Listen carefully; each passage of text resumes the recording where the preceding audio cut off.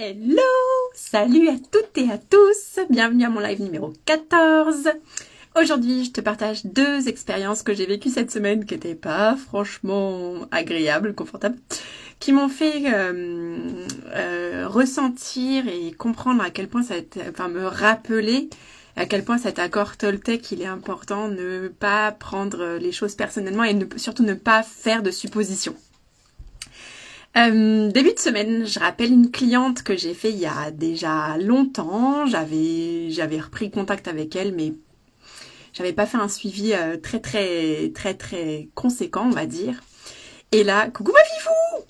Ma cliente me dit, je suis trop dégoûtée, j'ai l'impression de m'être fait arnaquer, j'ai acheté ces huiles, mais en fait, tout est écrit en anglais, je comprends pas, je sais pas les utiliser, et puis franchement, vu le prix, Enfin bref, moi je me décompose au téléphone, j'étais à des kilomètres de penser que ça allait être ça sa réaction, parce que la dernière fois que je l'avais appelée, elle m'avait dit juste, ouais, j'ai pas trop le temps, là, je m'occupe de ma mère, blablabla. Et donc, j'étais sur mon truc de « Waouh, elle a pris un super pack d'huile, elle doit être trop heureuse avec ses huiles et tout machin. » Et en fait, pas du tout. Elle était toute seule avec ses huiles à la maison et en mode hyper dégoûtée. Ok, bon, là j'ai un sacré boulot derrière pour aller la récupérer. Et aujourd'hui, je croise une autre personne à qui j'ai offert des huiles il y a pas très longtemps, enfin un échantillon, sur un salon. Et cette personne, après lui avoir offert des huiles, je l'avais recontactée une fois par SMS, pas de réponse. 2 fois par SMS, coucou Gaëlle, pas de réponse. Et puis après, à force de pas avoir de réponse, je m'étais dit, allez, je décroche mon téléphone, je l'avais appelé, ça avait sonné 2 fois et clac, ça avait raccroché. Donc là, je me suis dit, ok, en fait, je la saoule, ça fait 2 fois que je lui envoie des SMS, elle doit en avoir trop marre d'entendre mon truc en mode démarchage commercial et tout, et elle me raccroche au nez, elle veut plus jamais entendre parler de moi.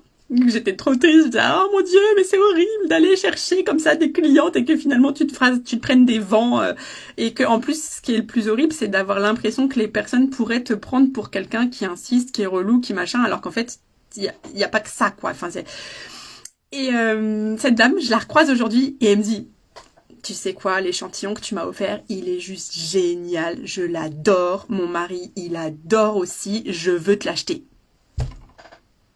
Non mais sérieux. Alors, en fait, voilà l'idée. Je m'étais fait une montagne dans ma tête de elle veut plus entendre parler de moi, je l'ai dû la saouler méga. En fait, les gens, ils en ont trop marre parce qu'ils pensent que je suis une commerciale de base et tout. Mais rien du tout. C'était pas du tout ça. Je sais pas pour quelle raison elle a pas répondu à mes SMS. Là, elle m'a dit que c'était compliqué avec ses horaires, etc. Mais quand je la croise en vrai, elle me dit à quel point elle adore les huiles et elle a envie de devenir cliente. Voilà, donc ces 2 expériences-là pour vraiment, je crois vraiment vivre dans mes cellules et dans mes émotions parce que c'est quand même vraiment pas très confortable tous ces trucs-là parce qu'en plus cette dame-là, je me dis attends alors vas-y rappelle-moi ton nom. Et puis oh, ben, c'est elle qui m'a raccroché au nez et qui m'a jamais répondu et en fait elle adore l'huile. Ok. Donc ne faites jamais de suppositions, même quand toutes les preuves peuvent vous montrer que c'est en fait c'est juste le reflet de vos propres peurs. On en revient toujours à cette histoire de peur. Je vais projeter sur les autres les peurs que j'ai peur de me faire rejeter, j'ai peur d'être vue comme une commerciale insistante, j'ai peur que les personnes aient l'impression de se faire arnaquer et ben voilà, et ben je récupère ces peurs là alors qu'en fait c'est toute une construction de mon cerveau.